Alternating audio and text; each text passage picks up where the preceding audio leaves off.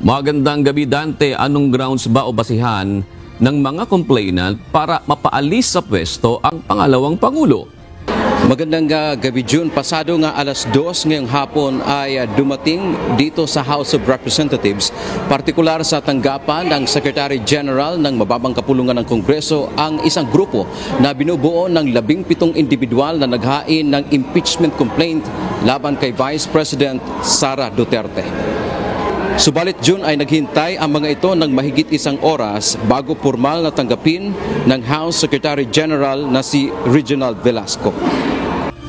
The Office of the Secretary General received an impeachment complaint against Vice President Sara Duterte filed by civil society groups. Kaliwa.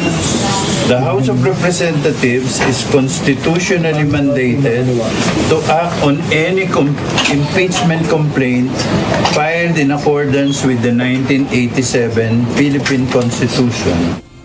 Maraming Pilipino ang nag-aabang sa magiging outcome ng impeachment complaint na isinampa ng mga civil society groups laban kay VP Sara. Sa social media, ang dami nang nagsusulputan ng mga vloggers na either sumusuporta kay VP Sara at yung iba naman ay ayaw sa Vice Presidente. Pero bago tayo magdebate kung dapat bang i-impeach ang pangalawang Pangulo, alamin muna natin kung ano ang impeachment at ang proseso nito ayon sa Article 11, Sections 1 to 3 of the 1987 Constitution. First question, ano ba ang impeachment? Ang impeachment ay isang proseso ng pagtanggal sa isang impeachable official ng gobyerno. Second question, sino-sino ba ang mga opisyal ng gobyerno ang pwedeng ma-impeach? Ang mga opisyal na ito ay ang number 1, Presidente, number 2, Vice Presidente, number 3, mga justices ng Supreme Court, number 4, mga members ng constitutional commissions gaya ng COMELEC, Civil Service Commission at Commission on Audit, at number 5, ang Ombudsman. Third question, sa anong kadahilanan ba pwedeng ma-impeach si VP Sara o sino mang impeachable official? Ito po ang grounds ng impeachment. Number 1, culpable violation of the Constitution o paglabag sa Konstitusyon. Number 2, treason or pagkakanulo sa bayan. Number 3, bribery, meaning pagtanggap ng suhol. Number 4, graft and corruption. Number 5, betrayal of public trust, meaning bigong pagtupad sa tungkulin. And number 6, other high crimes, meaning paggawa ng mga malalang krimen. Now, ano ba ang proseso ng impeachment? Ito po ang simplified na proseso ng impeachment. Ang unang step ay ang paghahain ng impeachment complaint. Dito, kahit sinong pribadong mamamayan na suportado ng isang congressman ay pwedeng maghain ng impeachment complaint. Paano fiskal pag walang kahit isang congressman ang susuporta?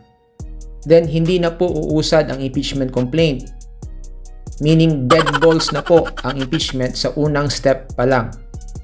Ang second step po ay ipapasa ang impeachment complaint sa House Committee on Justice.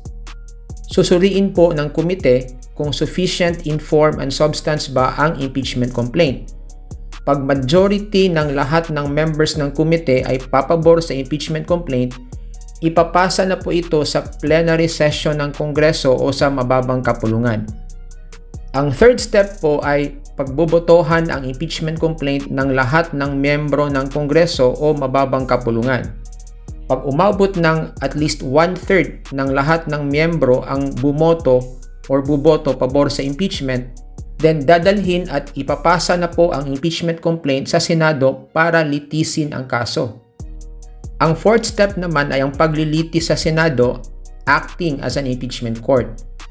Lahat po ng senador ay magsisilbing hukom sa paglilitis.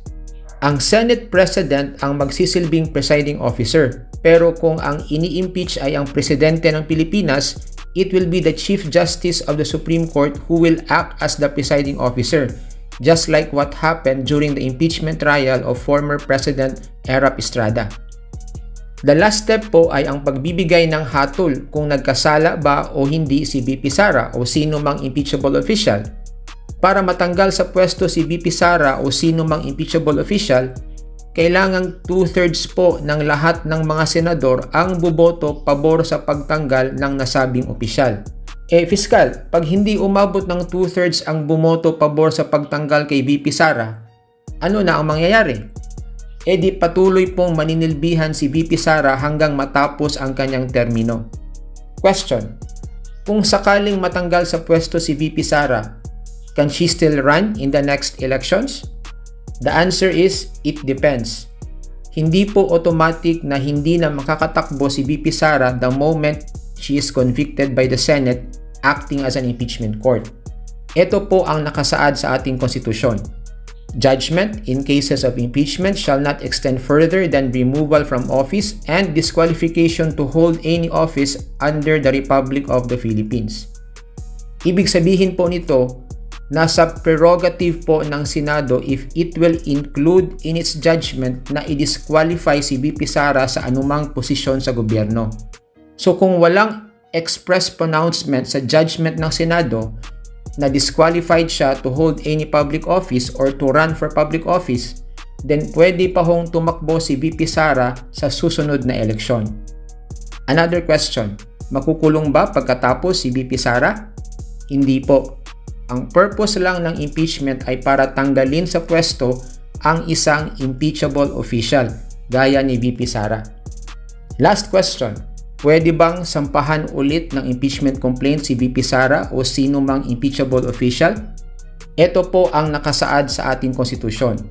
No impeachment proceedings shall be initiated against the same official more than once within a period of 1 year. Ibig sabihin, hanggang isang beses lang po sa isang taon pwedeng sampahan ng kasong impeachment ang isang impeachable official. Pag dinismiss ang impeachment, then sa susunod na taon na po ulit pwedeng mag-file ng impeachment complaint. So that is our lesson for today and see you in my next video. Maraming salamat po.